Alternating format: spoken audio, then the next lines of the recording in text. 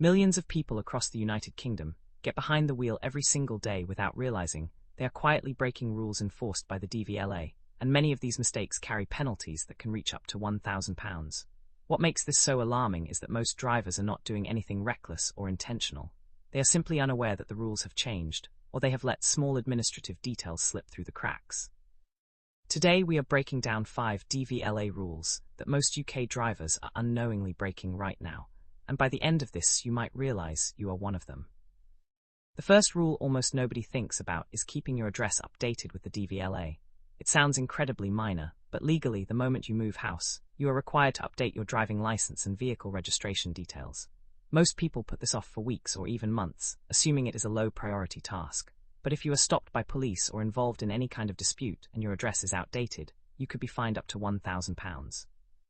With digital enforcement becoming more automated heading into 2026, vehicle data experts are warning that these penalties are being issued faster than ever before, specifically because records are being cross-checked electronically rather than manually.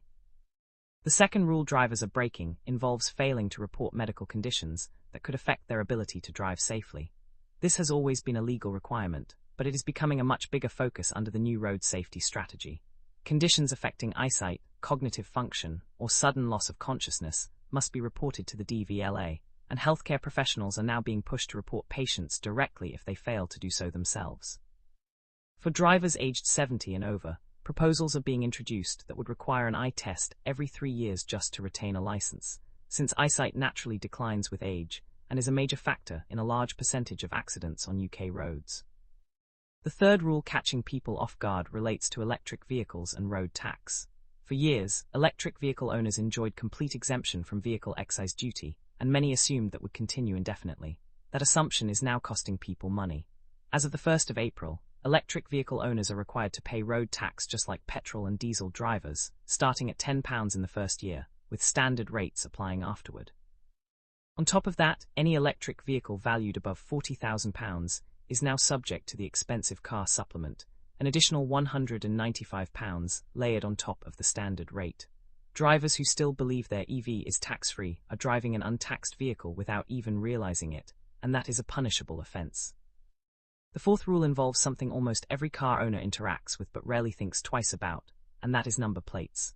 From the 1st of March, new plates carrying the 25 identifier began appearing on vehicles registered from that date onward, with future updates following the same predictable pattern through the rest of the decade.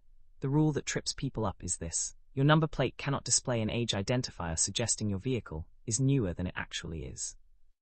So if your car was registered in March of 2015, it can only carry plates matching that timeframe, never a later one.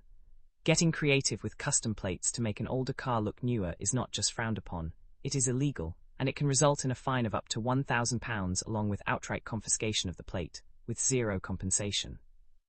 The fifth and final rule ties into basic road safety that many drivers have simply grown careless about, and that is seatbelt use.